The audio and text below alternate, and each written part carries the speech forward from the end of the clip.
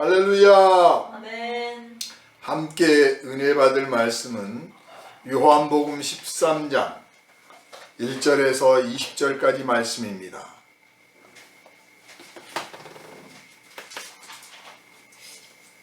요한복음 13장 1절에서부터 20절까지 말씀.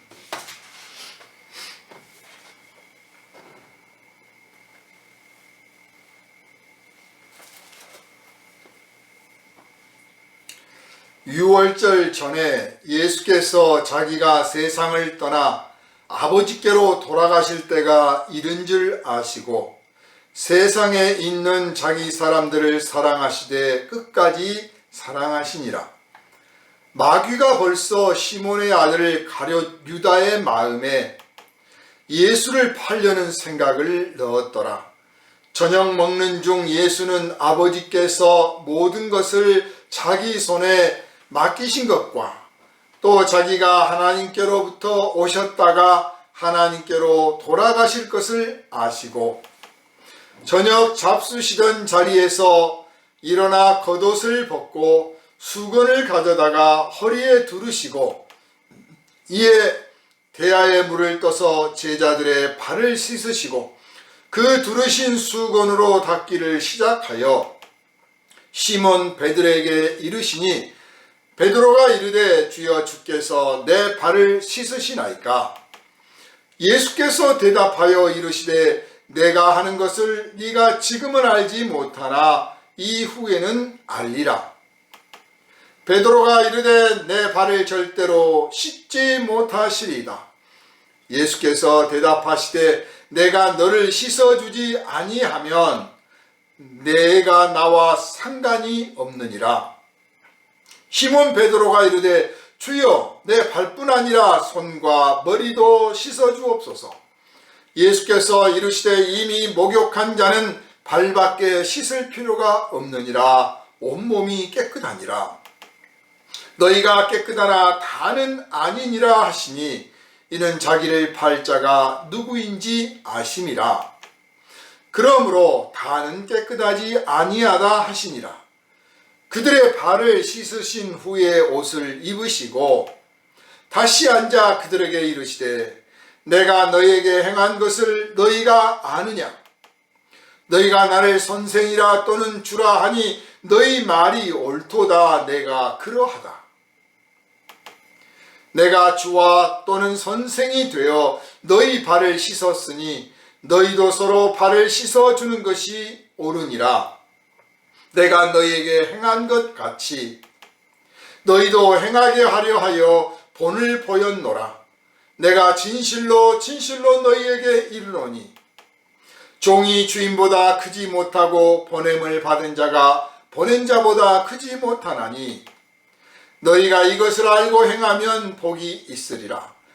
내가 너희 모두를 가리켜 말하는 것이 아니니라. 나는 내가 택한 자들이 누구인지 알미라. 그러나 내 떡을 먹는 자가 내게 발꿈치를 들었다 한 성경을 응하게 하려는 것이니라. 지금부터 일이 일어나기 전에 미리 너희에게 일러두면 일이 일어날 때 내가 그인 줄 너희가 믿게 하려 함이로라.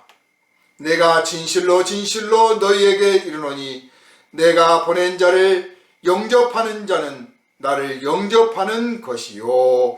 아멘.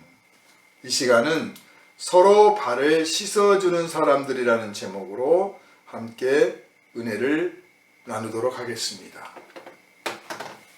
기도합니다.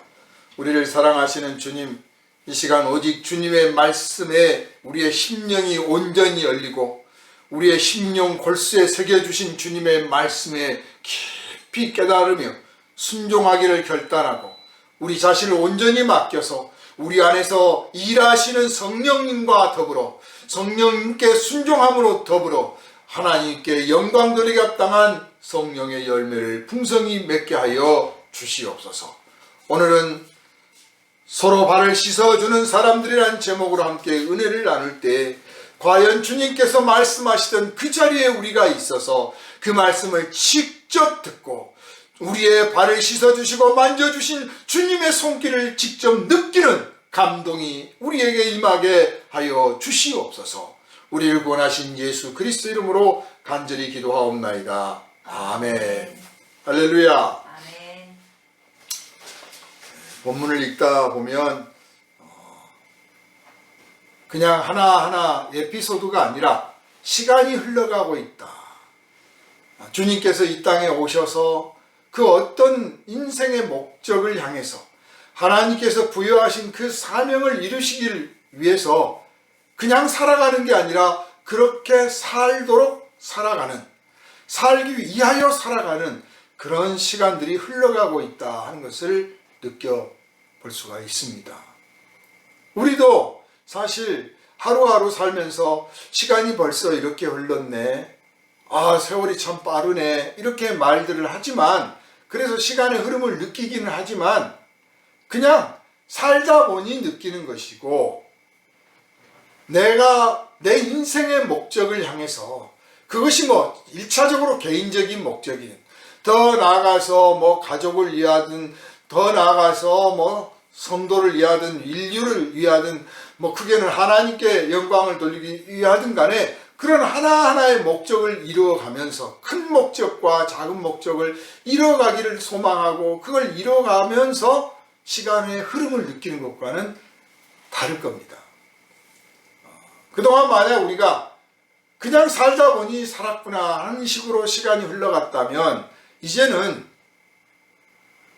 작더라도, 별거 아니라고 사람들이 비웃을지라도 작은 목적을 세우고 그것을 이루기 위해서 시간을 쓸 줄 아는 사람이 되고, 더 나아가 하나님께 영광을 돌리는, 하나님의 뜻을 이루는데 내 삶을 들여 하나님께 바치는 그런 삶의 시간들을 우리가 하나하나 채워나가기를 주님의 이름으로 축원합니다. 주님께서는 당신의 공생애가 끝나갈 것을 아셨습니다. 여기서 아셨다고 하는 것은 그냥 직감했다는 뜻이 아닙니다. 예감했다는 뜻이 아닙니다. 하나님께서 우리를 아시는 것도 내 그럴 줄 알았다 하고 직감한 게 아닙니다. 구체적으로 아는 것입니다. 사실 우리가 안다고 하는 것은 어떤 뜻입니까? 내가 경험했다, 내가 최소한 배웠다, 내가 공부했고 내가 학습했고 내가 경험했다고 하는 것을 우리가 안다고 하는 겁니다. 우리가 경험하지도 않고 학습하지도 않고 하지도 않았던 것을 우리는 안다고 하지 않습니다. 그냥 그럴걸, 아마 그럴걸, 내 짐작에는, 내가 추측하건대, 그런 표현을 씁니다. 내가 안다고 하는 것은 내가 경험한 거예요. 내 것입니다. 내게서 누가 뺏어갈 수 없는 내 경험한 거예요. 하나님이 우리를 아시는 것은 그렇게 아시는 겁니다. 그냥 상상하고 추측하고 예감해서 아시는 게 아니라 이미 우리의 모든 것을 아심으로써, 나서 죽는 것까지 우리의 할 일, 해야 될 일, 했던 일, 앞으로 할 일까지를 이미 아심으로써 아시는 거예요. 그래서 아버지 하나님으로부터 오셨다가 이제 아버지 하나님께로 돌아가게 된 것을 예수께서 아셨단 말이에요. 이거는 직감한 게 아니고 예감한 게 아니라 그렇게 된 것을 당연한 사실을 이미 경험한 것처럼 알고 계신다 하는 거예요. 그래서 하나님의 지식은 틀림이 없고 하나님의 지식은 오류가 없는 거예요. 우리가 알고 있는 지식과 우리가 가지고 있는 판단과는 전혀 차원이 다른 겁니다. 그런 알므로써, 그렇게 아시는 아심으로써 우리를 아셔요. 우리의 모든 것을 아세요. 그래서 틀림이 없는 거예요.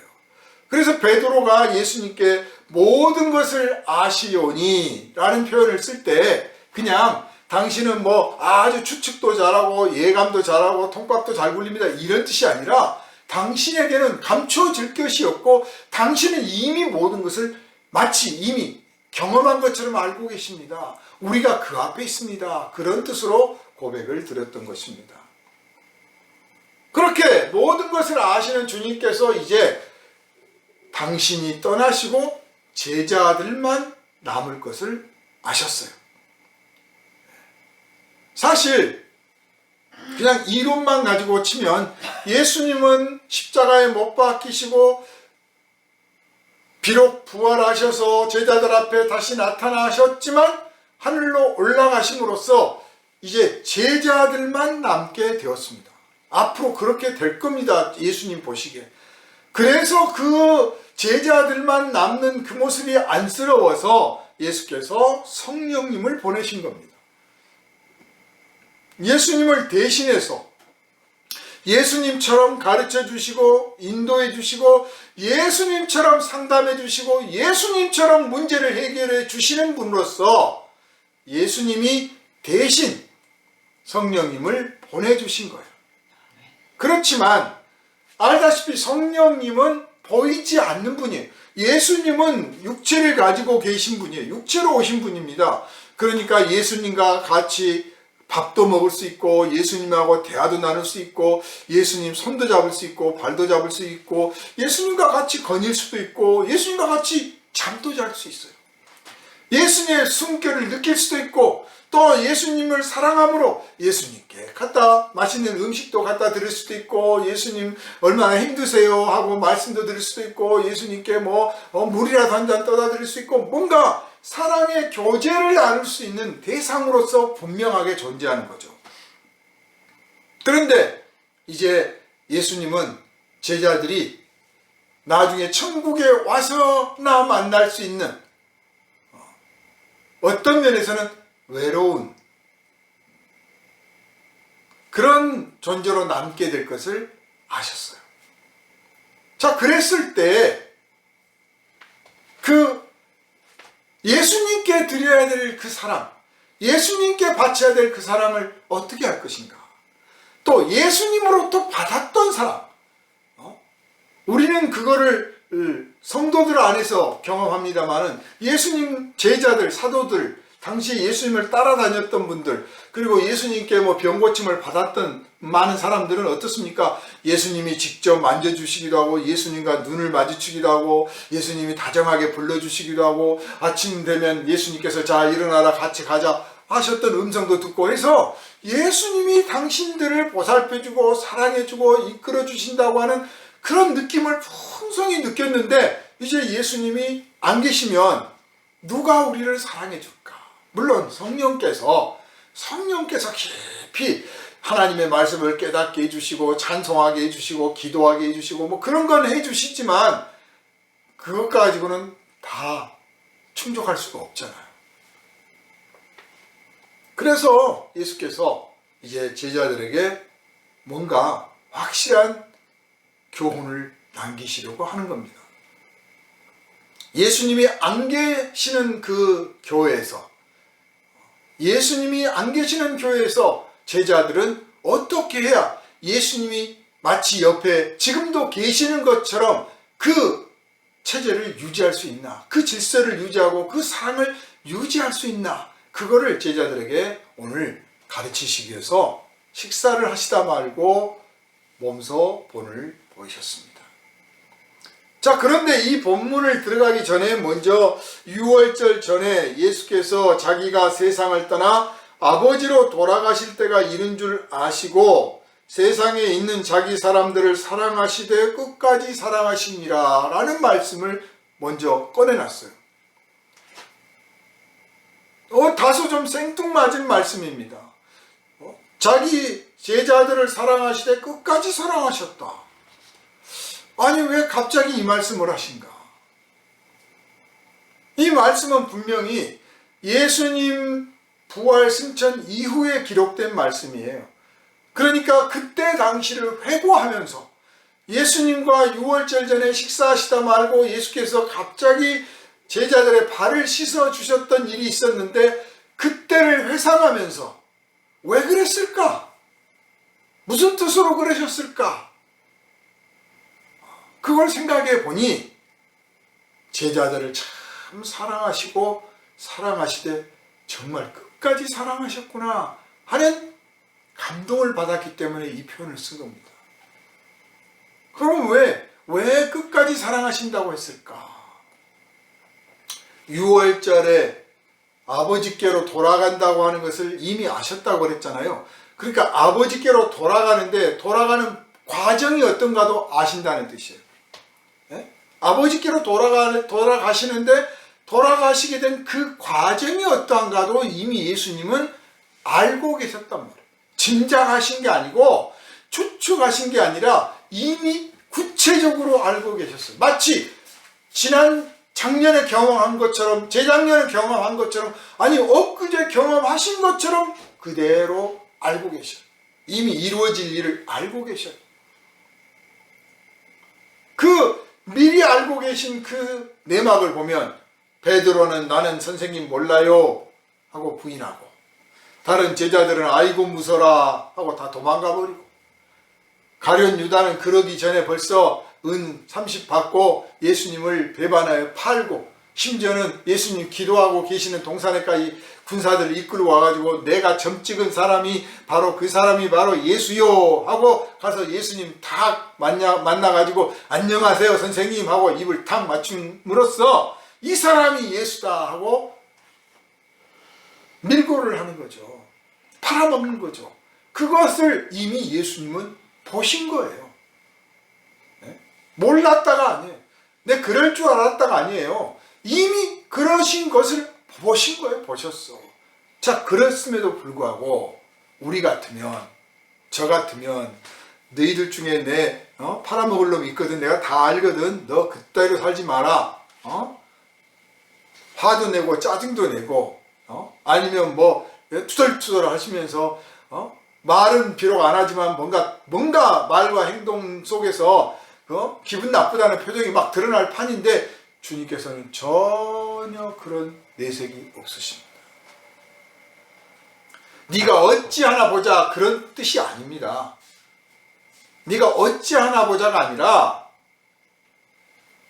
진심으로 그의 양심이 움직이기를 바라신 겁니다. 우리가 회개를 할 때요, 회개하는 과정을 보면 두 가지 패턴이 있습니다. 보통 일반적으로 사람들이 하는 회개는 주로 이제 바리새인들이 그걸 많이 가르치고 우리들도 늘 그렇게 배우고 또 그래야 된다고 생각하는데, 뭐냐? 아프거나 다치거나 사고가 나거나 뭐가 망하거나 깨지거나 어렵거나 사람들한테 미움을 받거나 버림을 받거나 이런 말 그대로 인생의 위기가 오면, 인생에서 문제가 발견되면 그때 내가 하나님께 뭘 잘못했나 보다, 아니면 내가 지난번에 이러이러한 잘못을 했는데 하나님께서 나에게 징계를 하시는구나, 좀 심하면 벌을 주시는구나, 이렇게 깨달아서 주여 잘못했습니다, 다시는 안 그러겠습니다 하고 회개하노라 하고 고백하고, 또 때로는 눈물을 흘려 죄를 자백하기도 하고 그렇게 해서 하는 회개가 보통 일반적으로 하는 회개입니다. 그런데 보세요, 그런 회개는요 하고 나서 얼마 안 가서 또 해요. 또 죄를 짓고요, 또 매맞고 또 잘못했습니다 하고 또 한 번 또 하고 그래요. 심지어는 이제 그것도 매맞는 것도 익숙해지면 이번에도 또 때리시겠어 이런 사람도 있고, 맞아 보니 맞아 볼만합디다.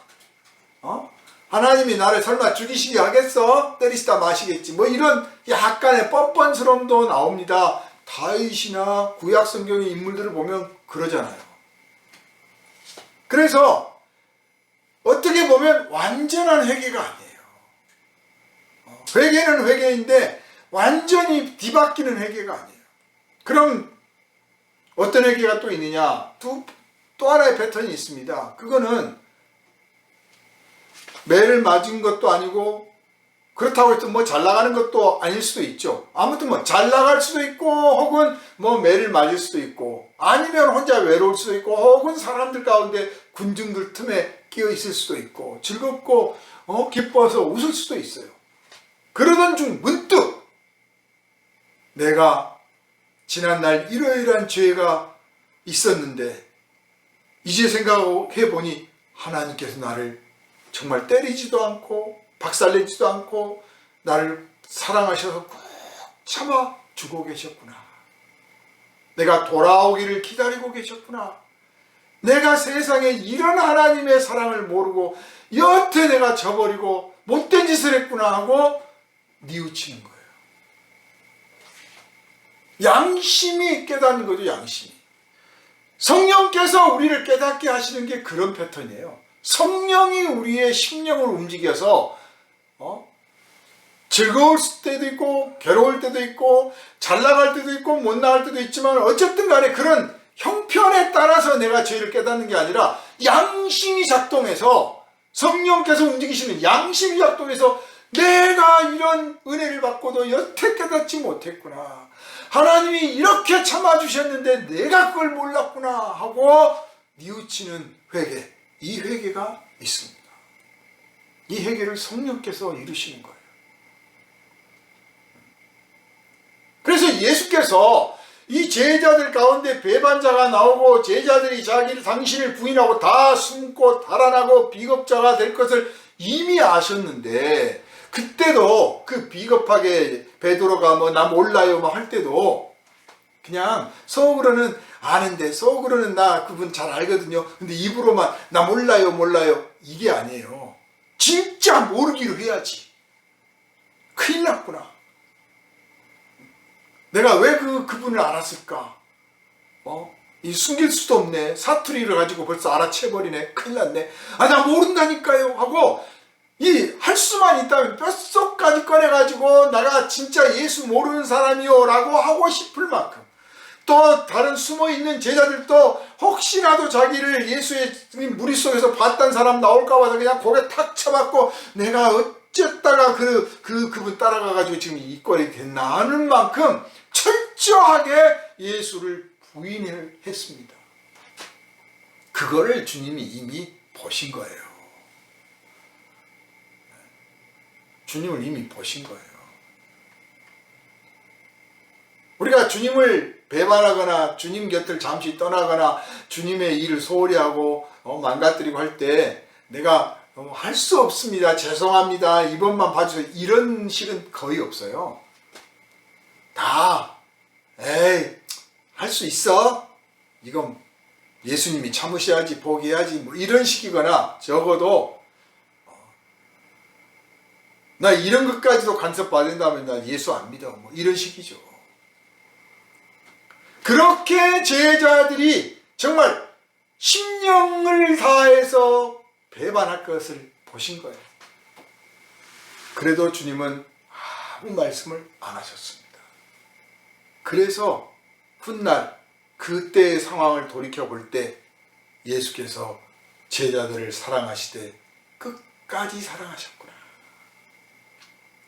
우리가 그렇게 주님을 부인하고 달아나고 숨고 속으로는 내가 왜 이 십자가에 못 박히게 될 이분을 내가 따랐던가 후회스럽구나 하는 그런 탄식을 할 것을 이미 보셨음에도 불구하고 아무 말씀 안 하셨을 뿐만 아니라 어떻게 하셨습니까? 겉옷을 벗고 수건을 두르셔서 발을 씻어주셨습니다. 겉옷을 벗고 수건을 두르고 발을 씻어주셨어요. 묵묵히. 그래서 제자들을 사랑하시되 끝까지 사랑하시니라 라는 표현을 쓴 것이고 이 말씀을 기록한 이유는 훗날의 제자들이요 당신들이 혹여 불충하고 불순종하고 교만하고 게으르고 나태하고 그런 일이 있었다 할지라도 정말 우리들처럼 나 예수 몰라요. 나는 예수 제자 아닙니다. 내가 예수 제자가 왜 됐던가 하고 숨었던 우리처럼 비굴한 일이 있을지라도 주님은 우리를 끝까지 사랑하시니 돌아오라. 언제든지 돌아오라. 아무리 멀리 떠났다고 할지라도 걸음을 돌이켜서 돌아오라. 그리하면 주님께서 너희를 받아주실 것이다. 이것을 가르쳐주기 위해서 기록된 말씀인 줄 믿으시기를 바랍니다. 주님은 끝까지 사랑하시면서 우리를 버리지 않으시고 기다려 주십니다. 자, 예수께서 식사를 준비한 자리에서 갑자기 일어나서 겉옷을 벗으시고 수건을 두르셨어요.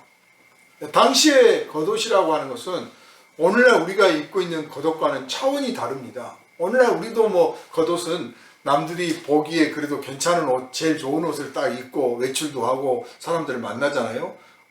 겉옷을 일부러 뭐 안 좋은 옷 입을 사람이 어디 있어요? 속옷이야 뭐 좀 남루할지라도 겉옷만큼은 그래도 좀 단정하고 괜찮은 옷을 입고 사람들을 만나죠. 근데 그때 당시에는 옷 한 벌이 아주 귀할 때여서 그냥 그 옷 한 벌 가지고 그냥 사는 거예요. 그게 전 재산이나 마찬가지예요. 그러니까 강도를 만나면 옷을 뺏어갔다니까요. 강도를 만나면.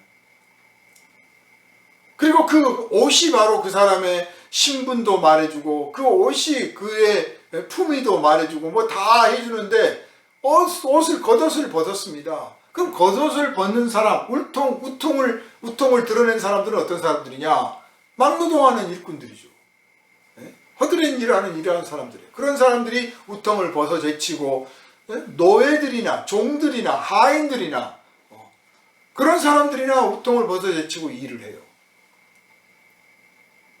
그런데 예수께서 이제 물을 만지실 생각이셨기 때문에 당연히 겉옷을 벗으셨어요. 물을 젖어가지고 축축이 다니는 것도 싫고 또 이왕 하시는 거 아주 제대로 좀 하시고 싶어서 아주 그냥 우통을 딱 벗으셨습니다. 일하려고 작정을 하신 거죠.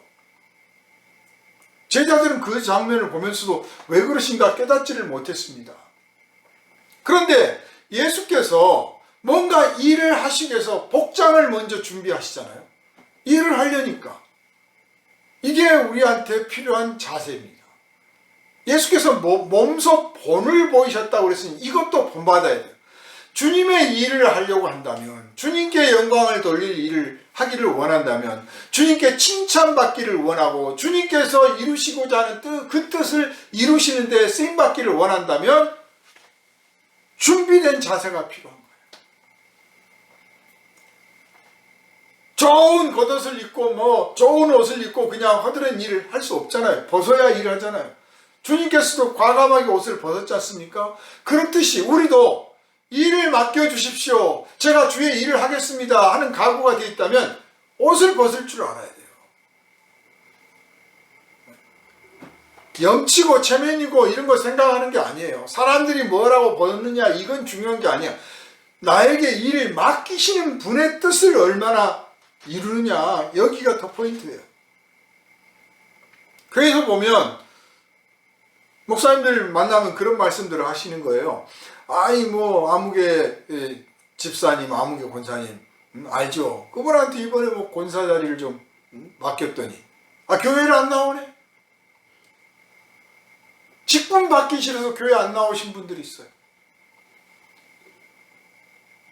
직분을 자기가 결정하는 거예요. 자기가. 내가 볼 때 나는 이 직분을 받을 만하다. 아니다. 자기가 평가도 하고 뭐 왜 나 같은 사람을 시켰나 투덜거리기도 하고 자기가 결정해. 왜 나는 또 안 시켜주나 자기가 결정해. 객관성이 없어. 그 일을 맡기는 사람, 맡기는 분의 중심을 생각해서 그 맡겨주셨으니 그 맡겨준 직분에 맞게 내가 어떻게 할까 해야 되는데 그걸 안 맡으려고 한단 말이에요. 그러면서도 입으로는 나는 하나님께 영광을 돌리고 하나님의 뜻에 순종하고 뭐 하나님의 일을 이루기를 원합니다. 말은 해. 그렇지만 조금만 할게요. 조금만 할게요. 사실 신앙생활 한 지 1년이 지나고 2년이 지나고 3년 지나고 10년이 지날수록 또 교회에서 맡아 봉사하는 그 직분이 더 귀한 직분을 맡아 갈수록 주님의 뜻을 이루는데 자기를 온전히 드릴 줄 알아야 하는 것이 마땅하지 않습니까? 어떤 교회는 보면 성도들이 뭐 한 400~500명 돼요. 그런데 장로가 없어요. 목사님, 왜 장로 세울 때 안 됐습니까? 장로가 없어요? 그러면 장로 세울 사람이 없어. 장로 직분을 맡을 만한 사람이 없어. 한편으로는 참 그 성도들 참 그렇다 싶고 또 한편으로는 목사님 훈련을 좀 잘 시켜서 좀 하나 만들지 그 여태 그거 하나 못 만들었어요 하고 싶은 말도 입에서 막 간질간질합니다. 그냥 기본적으로 1년이 지나고 2년이 지나고 3년이 지나면 당연히 성장해야 되는 것이고 10년이 지나 20년이 지나 30년 됐으면 정말 무리를 이끌기 합당한 그릇으로 성장해 있어야 마땅한 것입니다.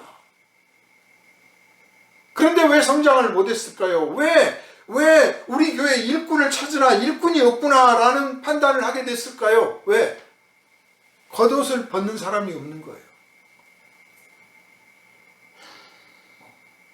예배하는 자리에 출석을 해서든 성도들 모이는 자리에서든 혹은 세상에서 사람들을 만나는 자리에서든 겉옷을 벗어 제치고 내가 일을 하겠소 하는 내가 스스로 준비된 사람입니다. 나를 좀 써주세요 하는 사람이 없기 때문에 그런 판단을 하게 되는 거예요. 내가 잘할지 못할지는 모르지만 저를 써주시면 좋겠습니다. 써주십시오. 제가 준비되어 있습니다 하고 옷을 벗어야 일을 맡길 거 아닙니까? 옷을 안 벗어요. 그래서 예수께서 먼저 겉옷을 딱 벗어서 두시고 일을 하려거든 준비를 해야 된다. 나 여기 있습니다 하고 준비된 모습을 보여야 한다. 일을 하기를 원하는 사람은 준비된 자가 되어야 된다. 이거를 먼저 본을 보이신 겁니다. 그리고 이제 수건을 두르셨어요. 허리에 수건을 딱 두르셨습니다. 이거는 이제 허드렛 일을 하겠다고 작정을 하신 거죠. 우리는 주님의 일을 한다 또 하겠노라 하면서도 사실은 험한 일, 허드렛 일을 좀 안 하려고 하는 경향이 있어요. 좀 칭찬받고 대접받고 인정받고 사람들한테 박수받는 일을 하려고 하면서도 누가 알아주지도 않고 또 몹시 일이 힘들거나 고단하거나 그래서 그런 일을 안 하려고 합니다. 참 재미나는 게요. 교회 성도 수가 많지 않은 교회는 교회에 무슨 식사당번이니 청소당번이니 뭐 하는 거 가지고 불평불만이 별로 안 나와요. 왜 우리만 시켜? 그런 말이 안 나와요. 그런데 성도 수가 좀 많아지고 점점점 많아지면 왜 우리만 힘든 일을 하냐고 그래요. 그래서 서로 안 하려고 그래. 그러니까 순번을 정했어요. 서로 하려고 해야 되는데 같은 순번을 정해도 왜 우리를 안 시켜줍니까? 우리도 좀 하게 해주세요. 그래요. 그러면 순번을 짭시다. 줄을 서시오. 그래서 이제 줄을 서가면서 해야 되는데 서로 안 하려고 하니까 이제 줄을 섰어요. 순번을 짭니다. 그것도 나중에는 그나마도 할 사람이 없으면 어떻게 합니까? 외주 하청을 줘요. 외주 하청을 줘. 사람들을 고용해서 교회 청소시키고 식사 당번시켜요. 옷을 벗은 사람이 없다는 뜻이에요. 허리에 수건을 두른 사람이 없어요. 그래서 주님께서 몸소 본을 보이셨습니다. 누구를 할 것 없이 내가 먼저 해라.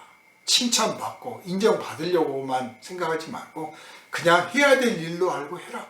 그래서 너무 일꾼이 많아서 너무 자원하는 사람이 많아서 순번을 정하고 좀 줄을 서시오라고 할 만큼 그렇게 좀 되어야 되지 않겠습니까? 준비하는 사람은 내가 무슨 일을 하는지 분명한 준비가 돼야 됩니다. 막연하게 그냥 뭐 해야 될 텐데 뭐 해야 되는데 나는 뭐 하고 싶은데 이 막연함이 있어서는 안 돼요. 내가 뭐를 구체적으로 하기를 원한다면 거기에 맞는 구체적인 준비를 하려고 해야 되고 또 그런 구체적인 준비를 위해서 시간과 노력을 해야 되는 거예요. 기울여 써야 되는 거죠. 그랬을 때 거기에 맞는 일을 맡겨줄 거 아닙니까? 그러니까 예수께서 제자들의 발을 씻기로 작정을 하셨으니 옷을 벗고 수건을 두르고 대야에 물을 떠다가 딱 가져온 거예요. 구체적으로 준비를 한 거죠. 자, 그런데 그렇게 이제 제자들 앞에서 오셔가지고 딱 발을 씻어주시는데 참 제자들이 너무 어이가 없기도 하고 감격스러운 거예요. 사실 선생님의 이런 사랑을 받으면 왜 그러세요? 그런 말 안 나와요. 좋지. 원래 이런 발을 씻어주는 것은 부모가 자식들을 아기 때 발 씻어주거나, 뭐 환자가 있을 때 그 환자를 치료하기 위해서 좀 발을 씻어주거나, 아니면 아주 정말 먼 길 여행 갔다 온 사람, 힘들 때 지쳐가지고 있는 사람 좀 피곤을 풀어주려고 뭐 가족들이 좀 발을 씻어주거나 하는 게 보통이고, 남이라면 존경하는 사람에게, 일반인들 사이에서는 손님이 오면 그냥 발을 부어줍니다. 발에다 물을 부어줘요. 문 입구에 물을 떠나가지고 그 물을 떠서 이렇게 부어주기도 하고, 그렇게 시중들 사람이 없으면 그냥 그 집을 방문한 사람이 물 떠서 자기가 자기 발 씻고 들어가는 거예요. 보통 유대인들은. 그리고 좀 하인이라도 좀 있으면 물 떠가지고 발을 좀 부어주죠. 손도 좀 씻게 하고. 그게 그냥 보통 관습이에요. 그러나 아주 존귀한 분이 온다, 아주 높으신 분이 온다, 그러면 이제 정중하게 자기 집 주인 하인뿐만 아니라 다른 사람이라도 좀 불러가지고 우리 집에 귀한 손님이 오시는데 좀 이렇게 좀 대접을 합시다. 그러면 문 열고 들어올 때 발에 물을 부어서 씻어주고, 또 머리에 기름도 탁 부어서 향기를 쫙 풍기게 하고, 뭐 이렇게 해서 이제 환영식을 하는 거죠. 그러나 제자들 입장에서는 예수님이 갑자기 웃옷을 벗어 제치고 수건을 허리에 두르시고 물 떠와가지고 발을 딱 씻어주니까 그냥 기분 좋은 거예요. 우리 선생님 만져주시는구나. 그냥 기분이 좋아. 아니, 선생님이 돼가지고 제자들 발 씻어주네, 뭐 이렇게 뭐 논리적인 생각이 안 떠오를 만큼 그냥 좋아서 감격해가지고 감동에 빠져서 그냥 행복한 거예요, 마냥. 그런데 베드로가 성경에 보면 뭐 그런 표현은 안 나오지만 전승에 의하면 당시에 베드로 사도가 제자들 중에서 가장 나이가 많았던 것으로 보여져요. 예수님보다는 적어도 한 10살 정도 위였다고 그럽니다. 그 당시 결혼도 이미 했었고. 그래 예수님께서 이제 쭉 씻어 오다가 몇 사람째 온 건지는 모르지만 아무튼 베드로 차례가 돼가지고 베드로를 딱 씻어주려니까, 아니 제자가 선생님 발을 씻어 드려야지 어떻게 선생님이 제자 발을 씻어 주십니까? 야, 너희들 정신 차려. 지금까지 선생님이 이렇게 발 씻어 준다고 그래 그냥 가만히 있냐? 아닙니다, 우리가 씻어 드릴게요. 이래야지 하고 이제 은근히 꾸짖기도 할 겸 말씀을 드린 거예요. 그랬더니 예수님께서 네 말이 맞다 뭐 이러신 게 아니라, 내가 네 발 안 씻어주면 너랑 나랑 상관이 없어. 이게 신앙의 원리입니다. 교회의 기초 원리고 하나님과 우리 사이의 원리예요.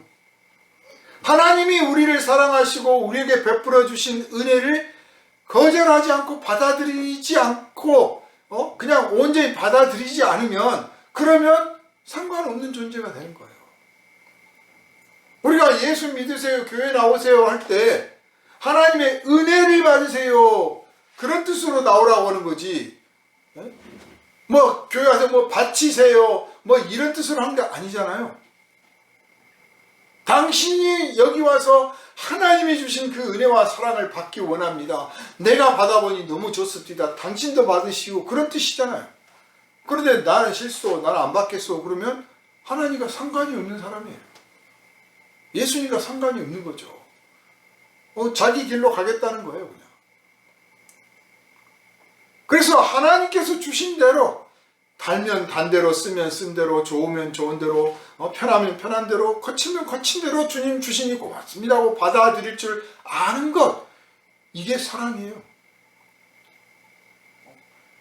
주님께서 나를 높이시면 감사합니다고, 나를 낮추셔도 감사합니다고 하는 거예요.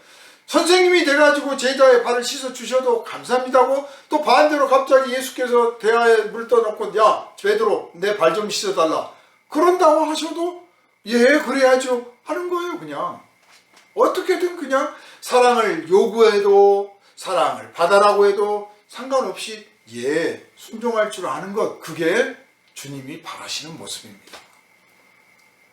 그래서 내가 네 발을 씻어주지 않으면 나와 상관이 없어. 그러니까 뭔가 딱 깨달았습니다. 아 그렇구나, 지금 사제간에 끈끈한 애정을 지금 표현하시는 거구나, 이렇게 느꼈습니다. 그래서 한술 더 떠가지고 씻어주시려면 이왕이면 머리도 좀 씻어주고 손도 좀 씻어주시죠. 이제 한숨 더 떴어요. 참 그런 거 보면 베드로 사도가 참 적극적인 분이에요. 활동적인 분. 우리가 하나님께 은혜를 받을 때 이왕이면 더 큰 은혜 받으려고 하는 욕심이 있어야 돼요. 그게 거룩한 소망입니다. 조금만 주세요 주님, 저는 요만하면 됩니다. 이런 작은 그릇 갖지 말고 내 입을 크게 열라 내가 채우리라. 하나님 말씀하신 것처럼 하나님 은혜를 베푸시거든 더 크게 주세요. 제가 지금까지 받은 은혜가 100인데 이왕 101 주시면 안 될까요? 110을 주시면 안 될까요? 아니 300 주시면 안 될까요? 해야 돼요. 아브라함이 소돔과 고모라를 멸망시키러 천사들이 나타났을 때 의인 10명까지 갈 때 어떻습니까? 더 큰 은혜를 구한 거 아니에요. 의인이 30명이면 20명이면 10명이면 이 말은 하나님의 은혜를 나를 생각해서 더 크게 안 주시겠습니까? 그런 뜻이잖아요. 하나님은 전혀 그거 가지고 건방 떨지 마라, 네 수준을 알아라, 네 분수를 알아라 그러시지 않고요. 주시려고 합니다. 그러니까 은혜의 분수와 믿음의 분수는 달라요. 은혜의 분수는 한없이 크기를 원해야 되고 믿음의 분수는 자기를 낮춰서 내가 믿음이 얼마나 크다고 사람들 앞에 뻐기고 자랑할 거냐고 낮출 줄 알아요. 근데 우리 성도들이 반대로 해요. 은혜는 조금만 주세요, 조금만 주세요 이러면서 믿음은 자기가 무슨 대단한 믿음이나 가지고 있는 것처럼 뻐기려고 한단 말이에요.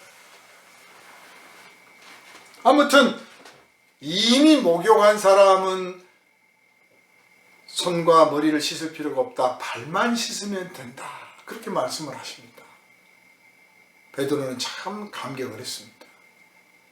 자, 그런데 우리가 예수 피로 씻음 받게 되고 성령의 그 거룩한 생수로 성령으로 말미암아 우리가 거듭나서 씻음 받아 됐다. 이런 표현들을 많이 쓰는데 그런 교리적 표현, 그런 십자가 사건, 성령의 사건, 성령의 물과 피, 이거 등장하기도 전에 예수님은 제자들에게 이미 너희는 목욕하였다, 너희는 이미 깨끗하다라고 말씀을 하셨어요. 자, 그래서 우리가 예수 십자가의 보혈 안 믿으면 구원 못 받습니다. 이런 식 논리에 너무 매여들면 안 되는 거예요. 예수께서는 내가 너희를 사랑하고 너희가 나를 사랑했지 않느냐? 사랑하고 있지 않느냐? 그 사랑이 깨끗한 사랑이고 그것이 너희를 깨끗하게 하는 것이다. 우리를 깨끗하게 하는 것은 하나님의 사랑이에요. 그 하나님의 사랑의 확증이 예수 십자가의 피예요. 그냥 논리적으로 예수의 피를 발라야 우리가 깨끗해지는 게 아니고 하나님의 사랑을 받음으로써 우리가 깨끗해지는 거예요. 하나님의 사랑을 받고 있음을 인정함으로써 우리가 깨끗해졌음을 인정하는 거예요. 그래서 예수님이 내가 너희들을 사랑하고 있음을 너희가 알고 있고 느꼈지 않느냐? 그래서 그 사랑이 좋아서 내 곁에 머물었고 내 제자가 되어서 따라다녔고 그리고 지금도 나를 사랑해서 나랑 곁에 이렇게 하고 있지 않느냐? 내가 만져주는 것도 좋아하고 있지 않느냐? 그러니 너희는 깨끗한 거다. 하나님 보시는 관점에서 깨끗한 거예요. 그런데 다는 아니다. 그 중에 한 사람은 예수를 사랑하지도 않고 예수의 사랑을 온전히 받아들이지도 않아요. 따지는 게 많고 계산하는 게 많아, 구하는 게 많고 통밥을 굴리는 게 많은 거죠. 한마디로 말해서 오늘 현대인들의 신앙과 비슷한 거예요. 하나님 믿는 덕분에 예수 제자들 공동체에 들어간 덕분에 뭐를 좀 이루어보기를 원하고 그 덕에 잘 살아보기를 원하고 하나님께 기도해서 응답받아서 그래서 나도 좀 잘 살기를 원하는 아주 타산적인 모습이 바로 가룟 유다의 모습인데 그래서 그 사람은 깨끗한 게 아니에요. 자, 우리가 그렇잖아요. 참 저 사람은 진실한 사람이야. 이속으로 안 챙겨. 참 깨끗한 사람이야. 그런 표현을 언제 씁니까? 순수한 사랑을 할 때 그렇잖아요. 어떤 사람이 나를 사랑한다고 막 와서 뭐 참 웃기도 하고 만져주기도 하고 뭐 먹을 것도 주고 입을 것도 주고 뭐 막 꽃도 사오고 잘했는데 알고 보니까 나한테서 얻어갈 것이 있어서 그랬어. 그러면 깨끗하다고 안 느끼죠. 깨끗하다고 안 느껴요. 그런데 참 내 곁에서 고생도 하고 뭐 정말 어렵게도 같이 겪고 뭐를 아낌없이 줬는데 나한테 요구하고 바라는 게 없어. 그냥 내 곁에 있는 게 참 좋아서 그래. 그러면 야, 참 네 사랑은 깨끗하다 그래. 타산적이지 않다. 하나님이 인간을 처음 창조하셨을 때 하나님이 모든 것을 예비하셨고 모든 것을 인간에게 필요한 대로 다 주실 계획이었고 주셨습니다. 그래서 인간이 하나님한테 통밥을 굴려서 뭘 얻어야 되고 뭘 뺏어야 되고 뭘 구해야 되고 그럴 필요가 없게 다 해놓으셨어요. 그런데 첫사람 아담과 하와는 하나님 앞에서 머리를 굴려요. 잔머리를 굴려요. 뭐를 계산해가지고 이게 나를 시험하는 거다 아니다 뭐 이거 하나님이 자기와 같아질까봐 걱정하는 거다 뭐 이따위 소리를 짓거립니다. 깨끗한 사랑을 잃어버린 거예요.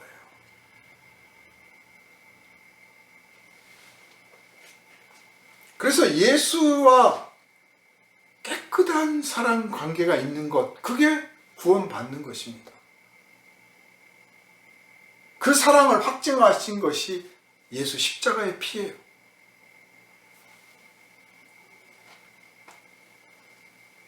자, 이 두 분 사이에 베드로와 예수님 사이에 두 분 사이에 있었던 그 대화를 한번 제 방식으로 좀 바꿔볼게요. 선생님이 제자의 발을 씻어주신다니 이건 도리가 아닙니다. 저희를 부끄럽게 하시려고 그러시는 거예요. 저는 절대로 그렇게 안 하겠습니다. 아니다. 지금은 너희가 내가 하는 일의 뜻을 모르나 나중에는 알리라. 만일 내가 네 발을 내가 씻어주지 못한다면 너는 나와 상관이 없는 사람이다. 아, 그래요? 정 그러시다면 제 손과 머리까지도 좀 깨끗하게 해주십시오. 그건 또 아니다. 이미 목욕한 사람은 온몸이 깨끗하니 발만 씻으면 된다. 너희들은 모두 깨끗하나 다 그런 건 아니다. 오늘 교회에도 딱 그런 것 같아요. 다 그런 건 아닌 것 같아요. 주님의 제자, 주님이 사랑하는 사람, 주님을 사랑하는 사람은 어떤 사람이냐? 주님이 하시는 대로 자기를 맡기는 사람이에요. 주님이 하시는 대로 맡길 줄 아는 사람은 주님과 상관이 있는 사람이고, 주님이 하시는 대로 못 맡기는 사람, 내가 보기에는, 내가 판단하기에는 이건 이래서는 안 되는 거야. 뭔가 뭐 자기 기준을 가지고 잘난 체도 하고 판단도 하고 이런 사람은 주님과 상관이 없는 사람이에요. 그래서 사실 순종이라고 하는 것의 첫 번째 단계는 뭘 따르고 뭐 준행하고 지키는 것 이전에 뭐가 있느냐? 그냥 내 맡기는 거예요. 그대로 맡기는 것. 그게 순종이에요. 그렇게 온전히 맡기는 상태에서 나를 온전히 맡기고 내 인생을 맡기고 내 이 영혼을 맡기고 내 모든 미래를 맡기고 내가 받게 될 영광이든 수모든 그 모든 것도 다 맡기고 장래의 일이나 현재의 일이나 다 맡기고 사는 것이나 죽는 것이나 맡기고 그리고 맡겨놨으니 그런 가운데서 주님께서 이런 거 하라고 하셨지, 이런 거 지키라고 하셨지, 이런 것을 이루라고 하셨지, 네 그렇게 해야지 하고 해나가는 것, 그게 순종이다 이겁니다. 주님께 자신을 온전히 맡기는 마음이 있어야 주님의 말씀도 지킬 수가 있어요.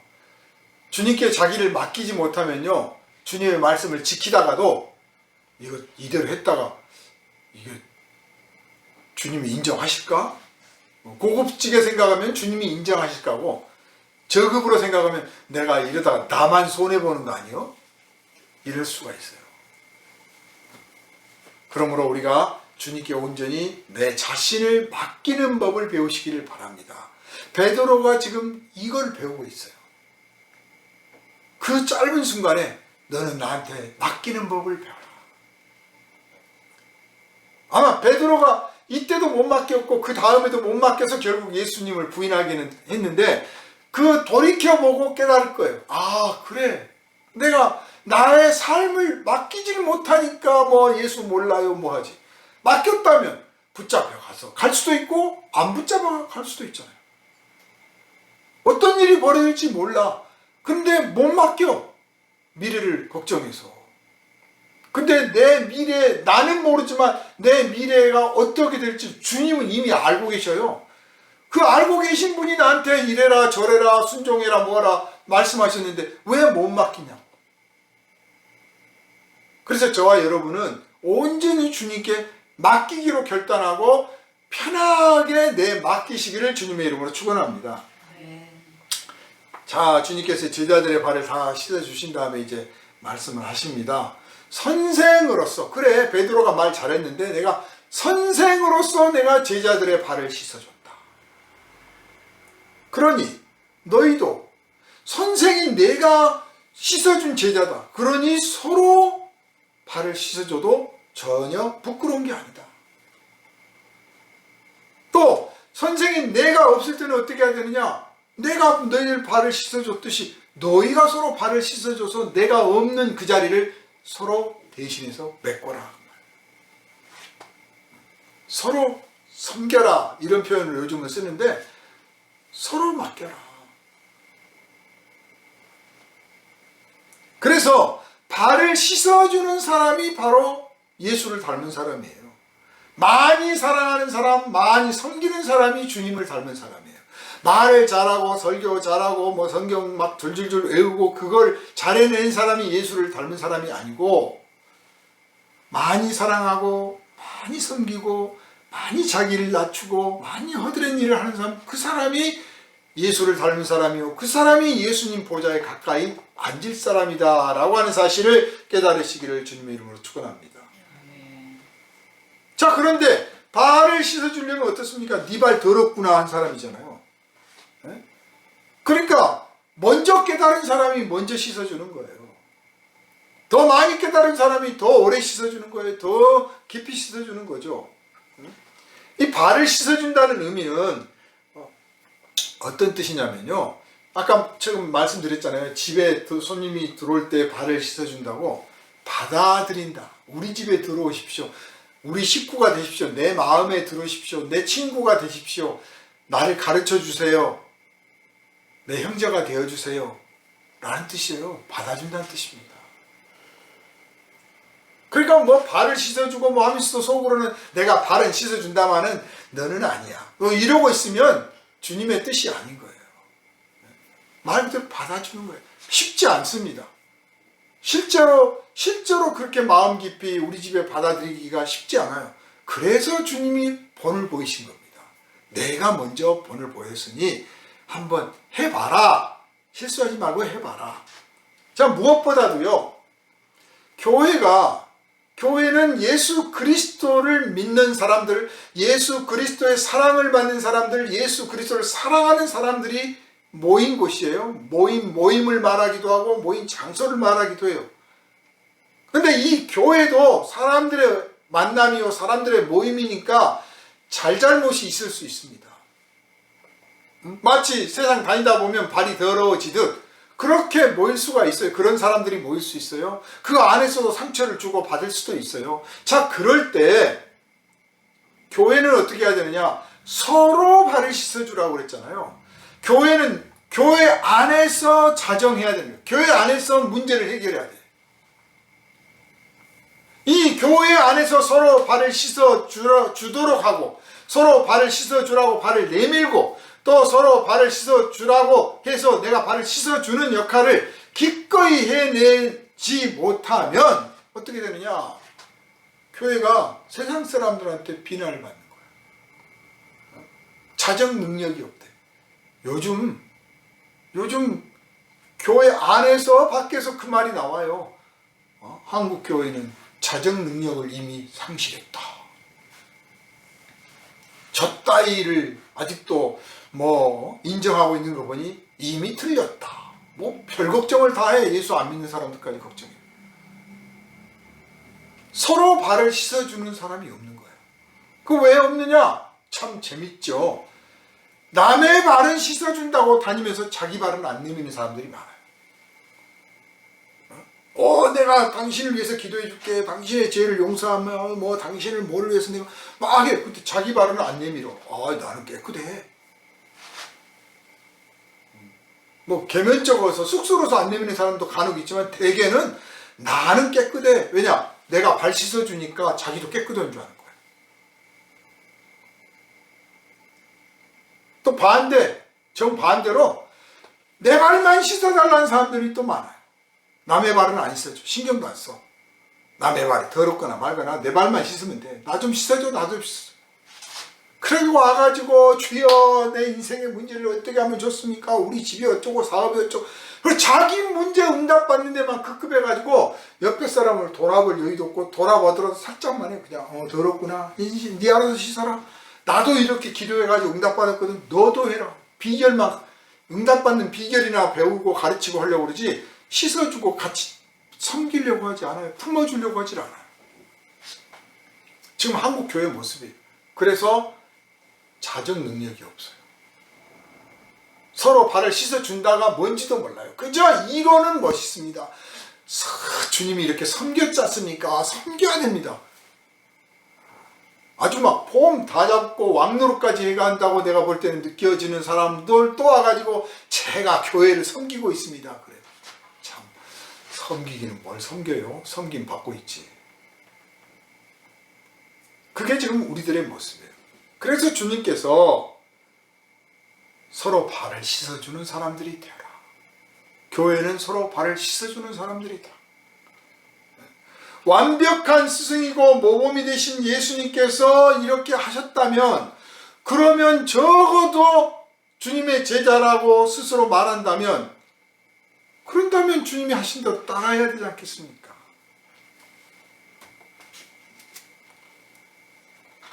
주님께서 마지막에는 이제 십자가에서 피 흘려서 우리의 죄를 씻어주셨어요.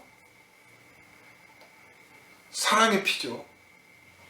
그래서 교회 안에서는 항상 그 씻어주는 물소리가 들리고 물 흐름이 있어야 되고 그 피 흘림이 항상 있어야 돼요. 서로 와서 씻어주는 모습에 서로 고맙고 감동스러워야 돼요. 그래서 교회에 왔을 때 내가 인정받아야지, 대접받아야지, 이런 자세가 아니라 내가 가서 지난번에 내가 다 못해줬는데 이번에 가서는 더 위로해주고 내가 격려해주고 내가 뭐라도 좀 해야지 하는 그런 마음들이 막 모여서 왔을 때 그게 아름다운 교회의 모습이요. 바로 제자다운 교회의 모습이다. 이렇게 말씀을 드릴 수가 있겠습니다. 여러분은 누군가의 발을 씻어준 적이 있습니까? 혹은 여러분의 발을 누군가가 씻어준 적이 있습니까? 대개는 어렸을 때 부모님이 씻어주신 것 외에는 없을 거예요. 그런 경험 외에는 거의 없다고 봐야 됩니다. 자, 그랬을 때는 한번 곰곰이 생각해 보면 누군가의 발을 씻어줄 때 막 때리면서 말 들을 거야 안 들을 거야 막 이러면서 발 씻어줍니까? 가만히 있어봐. 내가 깨끗하게 해줄게. 해가면서 달래가면서 어루만져가면서 너 발이 참 예쁘다. 발가락이 있고 이쁘다. 막 이래가면서 발을 씻어주잖아요. 교회 오면 얼마나 수고 많았어. 아이 예쁘다. 칭찬도 해가면서 그래서 발을 딱 그 부끄러운 발을 더러운 발을 내밀도록 하고 그래서 발을 씻어줘야 되는데 오면 눈치 보이고 체면이나 차리게 하고 그렇게 안 하면 안 되게 만들어버리면 안 되는 거예요. 그래서 유행가에서는요, 과거를 묻지 마세요. 유행가에서는 그러지만 교회에서는 과거를 제대로 알아줘야 되는 거예요. 말하지 않아도 알아줘야 되는 거예요. 말하지 않아도. 누구나 그 상처받은 과거, 아픈 과거는 말하고 싶지 않거든요. 말함으로써 괴로울 수도 있어요. 누가 아는 게 창피하고 부끄러울 수도 있어요. 그럴 때 묵묵히 발을 씻어주고 그 가을 싸매주고 환영해주는 거예요. 그러면 씻음받아서 행복하고 그래서 용기가 나서 다른 사람 발을 씻어줄 수가 있는 거예요. 그런데 묻지도 않고 따지도 않고 발 씻어주지도 않고 내밀지도 않고 그러면 다 남들끼리 모이는 거죠. 그러니까 예수님은 예수님 당신이 계시면 당연히 와서 예수님에게 뭐 병을 고쳐달라, 뭐 상담도 하고 은혜도 받기를 원하고 뭐 할 사람들이 많다는 건 다 당연한 사실. 근데 예수님이 안 계시면 어떻게 하느냐? 뭐 허공에다 대고 주야 뭐 예수의 이름으로 날 제담할 거냐? 아니다 이거예요. 서로가 예수의 모습이 되라 그 말이죠. 서로 발을 씻어주란 말은 서로 나같이 예수가 돼서 서로 섬기고, 그래서 서로 배우려 하고 서로 사랑하고 서로 부둥켜 안고 하나가 되어라. 그게 내가 바라는 것이다. 이 말씀을 지금 몸소 본으로 보여주신 겁니다. 사랑하는 여러분, 오랫동안 씻지 못한 발로 드나드는 형제가 만약 있다면, 또 상처 때문에 절름거리면서 다니는 자매가 있다면 그 사람을 정중히 청해서 발을 씻어주려고 해야 됩니다.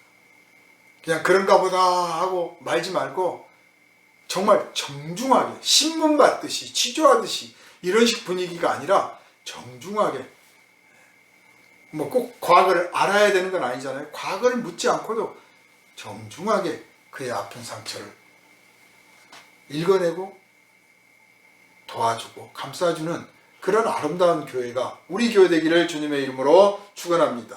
아멘.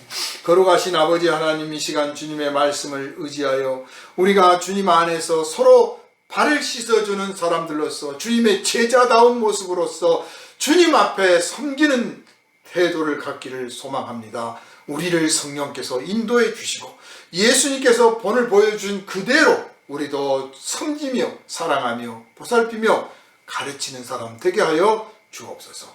우리를 권하신 예수님 이름으로 간절히 기도하옵나이다. 아멘. 할렐루야. 212장